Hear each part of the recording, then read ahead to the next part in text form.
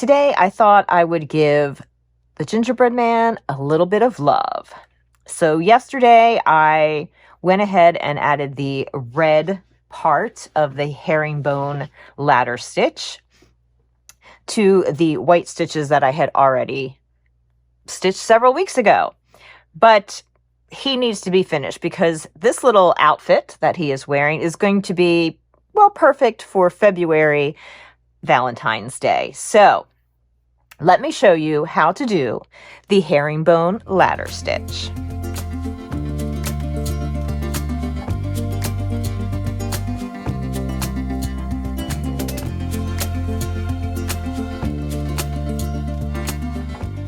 I have very lightly marked 2 lines that are parallel, and I've put a slight curve in them so, it looks a little more dimensional.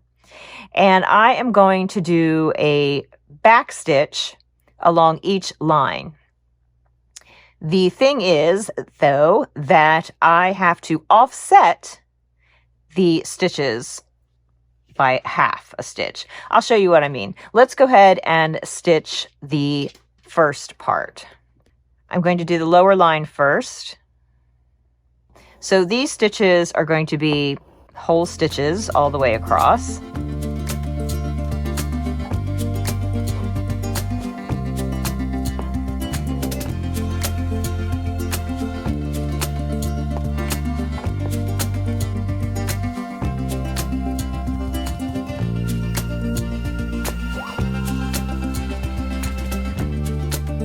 If you're unfamiliar with the backstitch, it's very simple to do. You simply come up and go down where the previous stitch ended. So I'm going to come up essentially a stitch ahead and then go back in where the other stitch ended.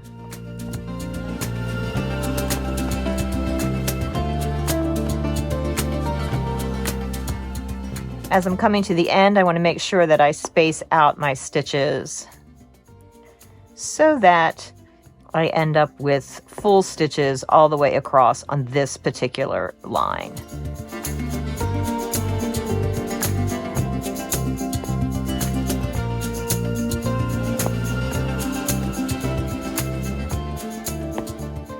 All right.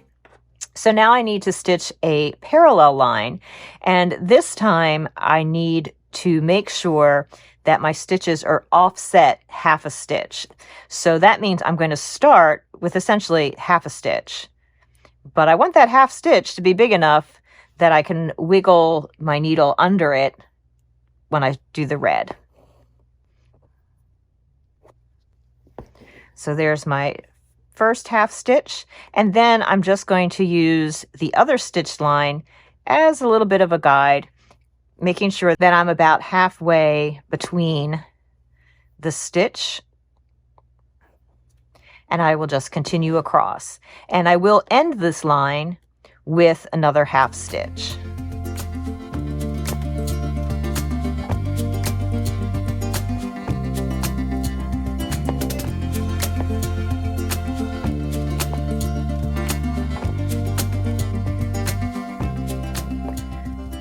My first stitch was a little smaller than all the others on the first row of stitching I did, but we can make that work.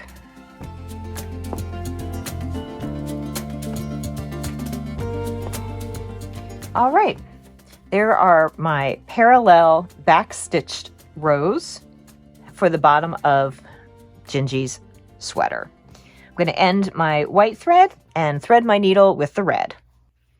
All right, we are ready now to stitch the red. So I have threaded my needle with 3 strands of red floss. I did use 3 strands of white floss as well. And I am going to come up right at the start of that bottom line. That was the line where there were full stitches all the way across. The entire rest of this stitch is done with the thread on top, and you don't poke the needle back through the fabric until you get to the very end. We're essentially going to be weaving this thread through these stitches.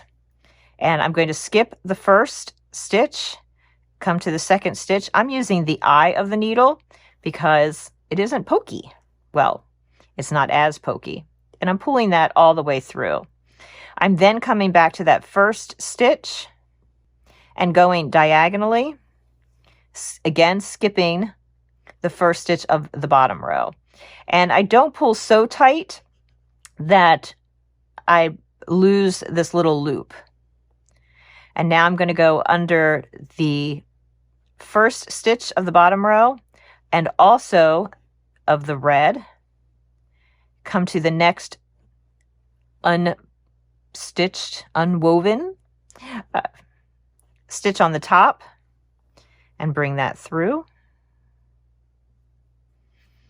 And then I'm going to be going back one stitch, again under, coming up through the first stitch that doesn't have any red thread. And I'm going to continue to weave this way. So you're always going a stitch ahead and looping back. So I've come through this and then I'm going to loop back and I'm going under not only the white stitch, but also the red stitch, skipping that has red thread already through it. And if you can't angle your needle to make it through, if it's awkward, you can just pull through this way and then go back and pick up that stitch.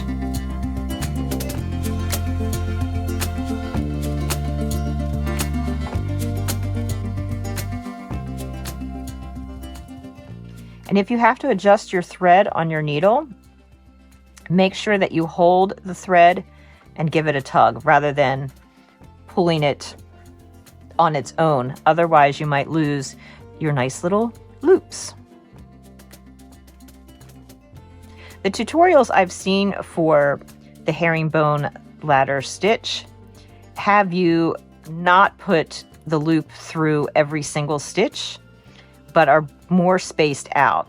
I liked this look for my gingerbread man.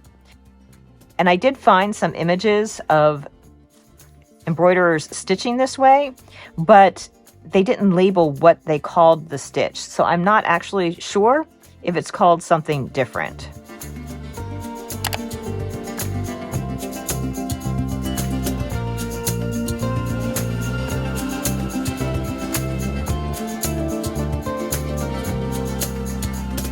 As we come to the end, I'm going into that last stitch on the bottom. But have no fear, you should have just the right number of stitches if you offset them.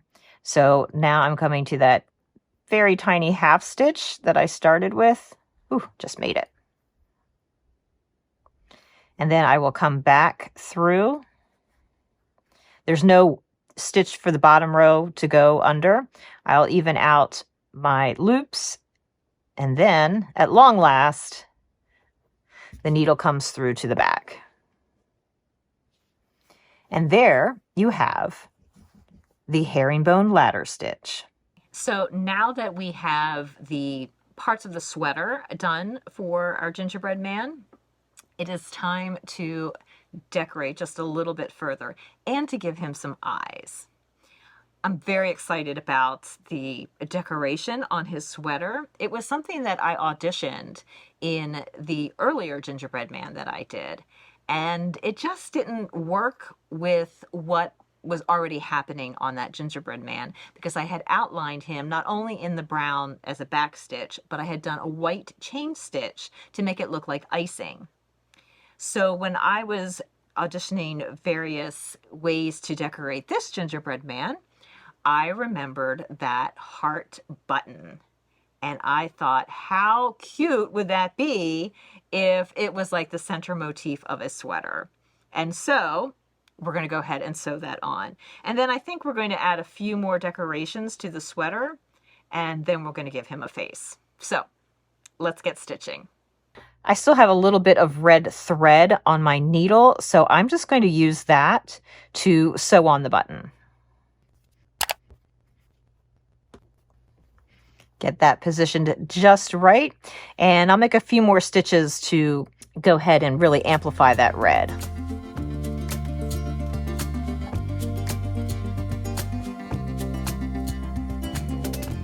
That looks adorable. Now we need to give Gingy some eyes. And I find the easiest way is to go ahead and sketch them on. And last Gingerbread Man, he only had eyes. He didn't get a mouth or anything. But I think this one deserves a cute little smile and some cute little circle eyes, which I'm going to use a satin stitch to create. All right, I've threaded my needle with 3 strands of white floss, and we'll go ahead and get started.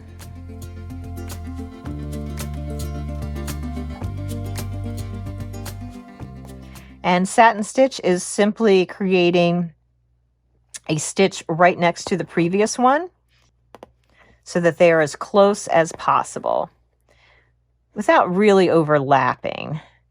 And so these are just going to get a little bit longer each time and then progressively smaller to make a circle.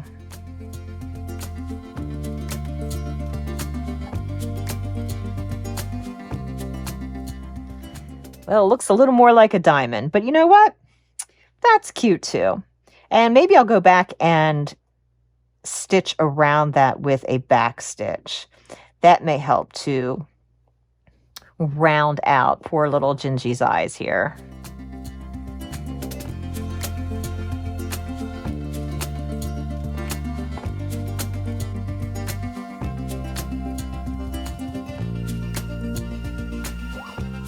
I'm going to partially stitch over that very first stitch that I made. Otherwise, I still won't have a circle.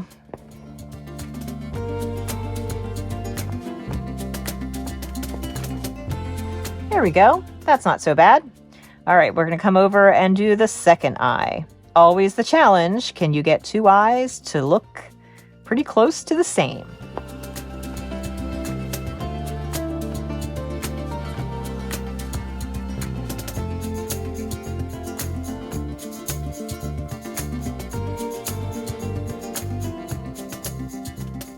Actually half stitched around in a circle with the back stitch looks pretty interesting, but I'm going to go ahead and finish this circle, and I think I may go ahead and stitch over the entire thing again.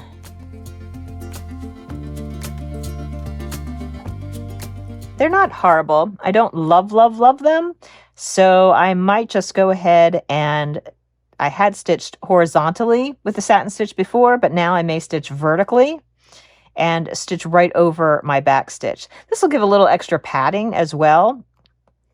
So let's see what that looks like.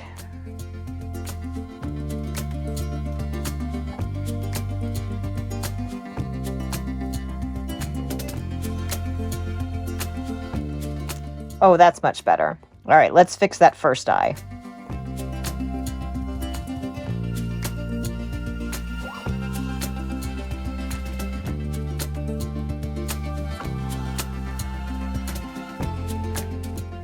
And padded satin stitch it is. So now I'm going to go ahead and just sketch a little mouth.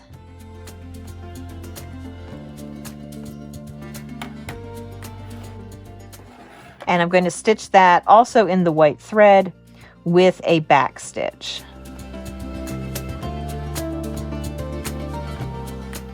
And I think I'll put a little dimple here on the end of his smile.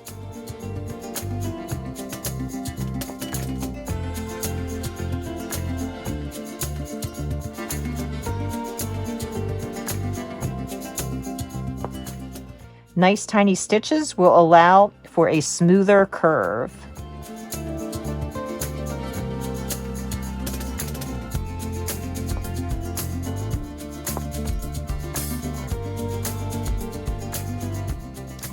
Adorable. His smile's a little crooked, but you know what?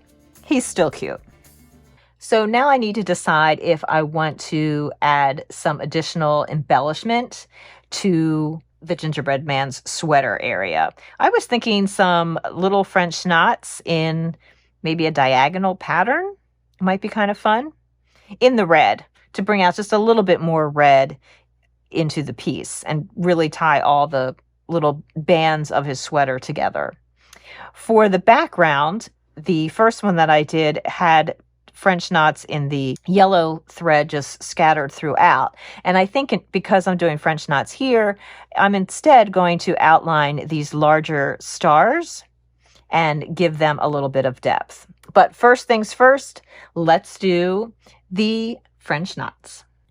While I could just guess where to put the French knots, I think it might be better if I make a few little markings, even if I'm going to eyeball where those are rather than measuring them out.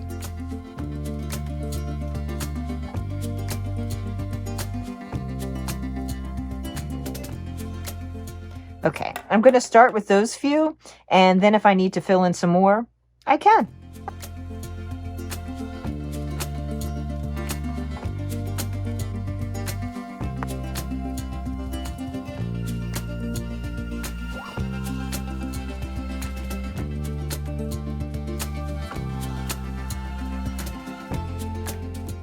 French knots are very easy to do. You just bring your thread up to the front, wrap the thread around the needle. I like to wrap mine 3 times.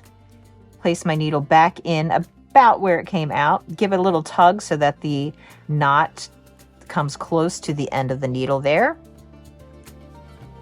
And then just carefully pull it through. And it looks like we need 2 more. And I think this will be the right amount of little French knots.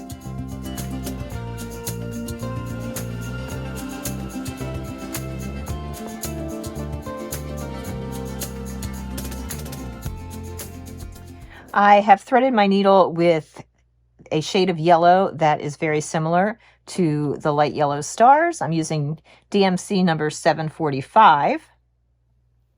And I'm just going to simply outline the star, but just the big ones, not the smaller ones. And to do that, I'm just going to do essentially a backstitch, but I'm using the points of the star as reference. So it's a nice big back stitch starting here at the inner part of the star, going to the outer point.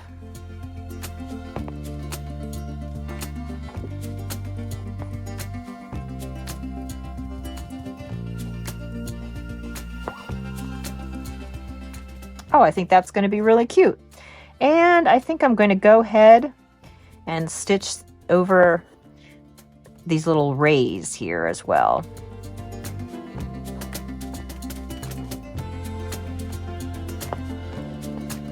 So cute. I think that will be perfect for a nice little background embellishment. Let's keep stitching.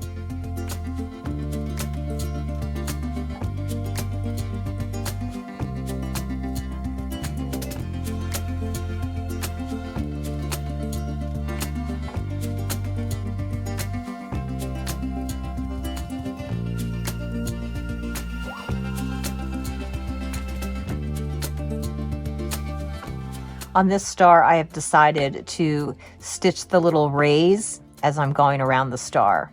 I think that might save me a little bit of thread.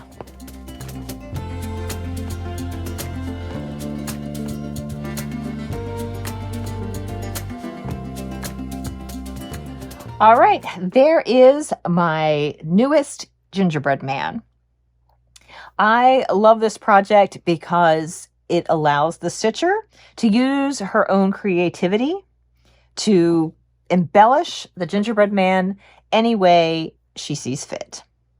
And this guy, he's wearing a cute little Valentine's Day sweater.